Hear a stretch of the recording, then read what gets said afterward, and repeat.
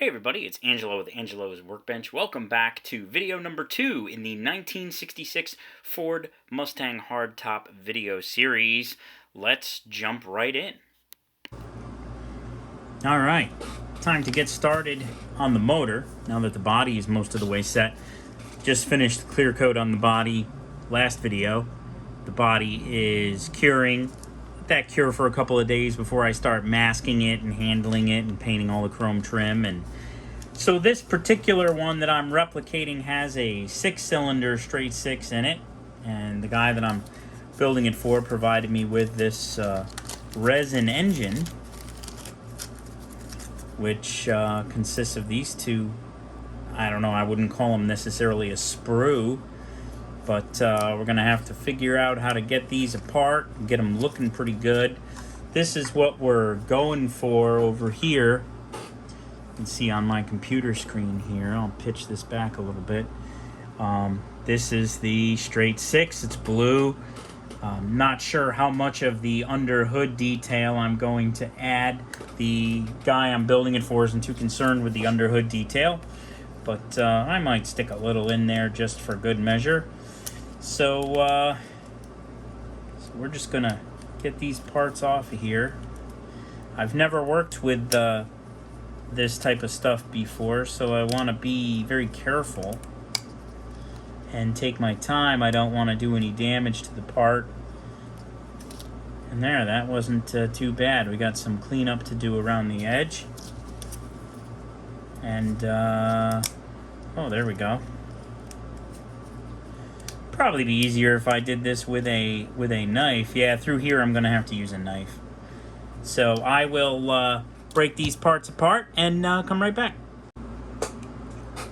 Well, after some modification, sanding, I've at least got the engine block halves to fit. The mounting points that came didn't seem to want to line up all that well. And there is a little bit of a manufacturing short shot right there. But fortunately, you're not even going to see that once I put the head on. But I do have these from rubbing it on the sandpaper back and forth, nice and flush. There was a lot of extra material on the backs. Because what would happen is this gap has to fit this gap. And it wasn't fitting, not even close. So after sanding down the block a little bit, I now have a straight 6, with a head that fits, that mounts. Now, since this is resin, I will not be able to use model glue. I'm assuming this is resin. It says resin replicas. So that means two things. You have to be very careful with this dust. You don't want to be breathing it in. And it means that you're using crazy glue, because model glue doesn't work well on resin. In fact, I don't believe it works at all. But, so I will be crazy gluing these together with my Bob Smith Industries Super Gold Plus. That's good stuff. I will glue those together, and it'll look good. So those are pretty much ready. I'm ready to move on to the oil pan. You can see what I mean by a lot of the excess material that seems to be on the backs. It's probably just normal for this kind of casting. You can see this has a whole bunch of extra right there. So I'll be cleaning these, and this is the thickest fan blade I've ever seen in my life. I'm going to try to thin that down a little bit, because again, there's a tremendous amount of extra material on the back. Again, probably just part of this manufacturing process. I noticed that he also got the wheels, and we'll get to these eventually, from this place as well. And thankfully the wheels appear to be significantly cleaner, and they will require nothing other than me cleaning out the holes, because they seem to be very thin. So rather than paint them, I will clean those holes out so they can be empty, like on the real deal wheels. And that'll be that. So I'm gonna go back to cleaning motor parts. There's a lot of whittling and sanding and almost sculpting involved in making this serviceable, making it look good. But I'm gonna go back to that, and when we return, I may just have a motor.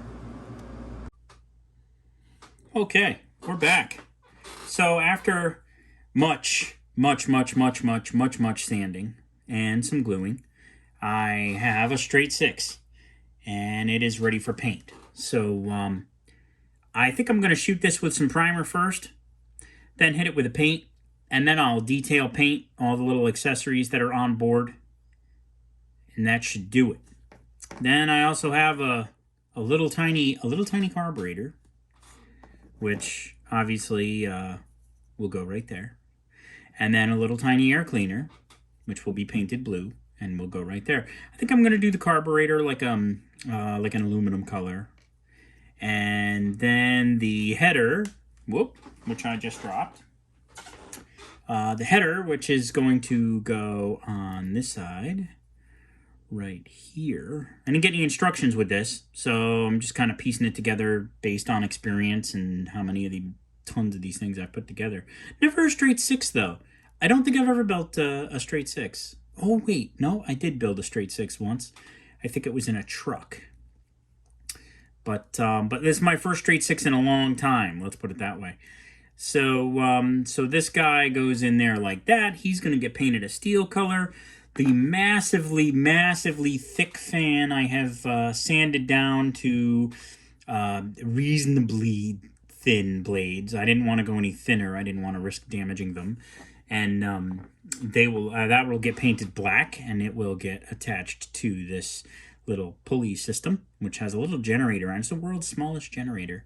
I don't think there was an alternator on this motor. Looking at the reference photo that I have, it looks a lot like a generator. But anyway, so there it will be. It will be black, and it will be hard to see anyway. So I'm not too worried about it. So those guys will be black, and they'll go on the front here. And then we have a little teeny tiny oil filter, and the oil filter on the straight 6 goes on the opposite side here and attaches like that. I don't know if you can see. Boom. There's the oil filter. So I'm going to do the oil filter a white. A lot of those Ford oil filters were white. This is all going to be the Ford blue with some details painted out. This is blue. These guys are black. And then this is the radiator hose it came with. I don't know if I'm going to be able to use this radiator hose. And this is the wonkiest looking radiator hose I've ever seen in my life. So I might just fabricate something out of a sheet of styrene or maybe some solder. I'll just make a radiator hose wherever it's got to go. We'll figure it out. But so that's that. There's the pieces, parts ready for paint. And when I come back, I should have a painted and assembled motor. Thank you. Okay, so here we go. Lots has been happening at the workbench. So I have the wheels done. I ground down the back of them to take out the centers that were filled in. It wasn't actually that thick. Pretty easy to work with. Then, I painted the backs. We're doing white letters in, so black walls out. The center is a Tamiya graphite color, and then the outer edges are a light silver. They duplicate the wheels pretty well. I noticed the kit has big and littles. We got some bigs for the back and some littles for the front. And that's what the kit came with. So that's how it's going out. And I think that's a good look. I have the engine painted up and ready for install. And I have the interior painted. The center console has been removed because there is no center console in the car that we're copying, and then I had to fill a big hole in the back. And then I covered it with some clear Elmer's glue and some embossing powder to simulate the carpet. Sprayed it in red, and there you go. I still have some detailing to do and some cleanup. I got to clean up that kind of...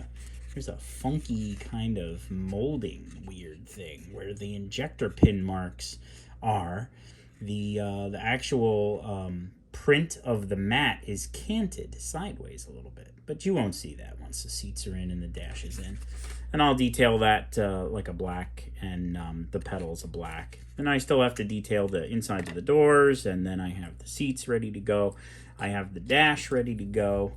I'm gonna print up some decals for the gauges and then paint the subject car has black inserts, not wood. So we'll be doing that. Then I also have the steering wheel here, which is going to be wood. So I still have to do the chrome center and then the wood outer rim. And then the steering wheel will be good to go as well. So the other thing that we had to do, there is a factory AC unit in this car. And this kit came with a funky little chrome exhaust that looked like a good starting point for the AC unit. Let me do that so you can get a good look at it. So what I did was I glued a bunch of strips of styrene together. Started doing some sanding. I still have some filling to do. I have a little hole right there I gotta fill. And then this will get painted black. And then I'll detail the chrome vents on the front here.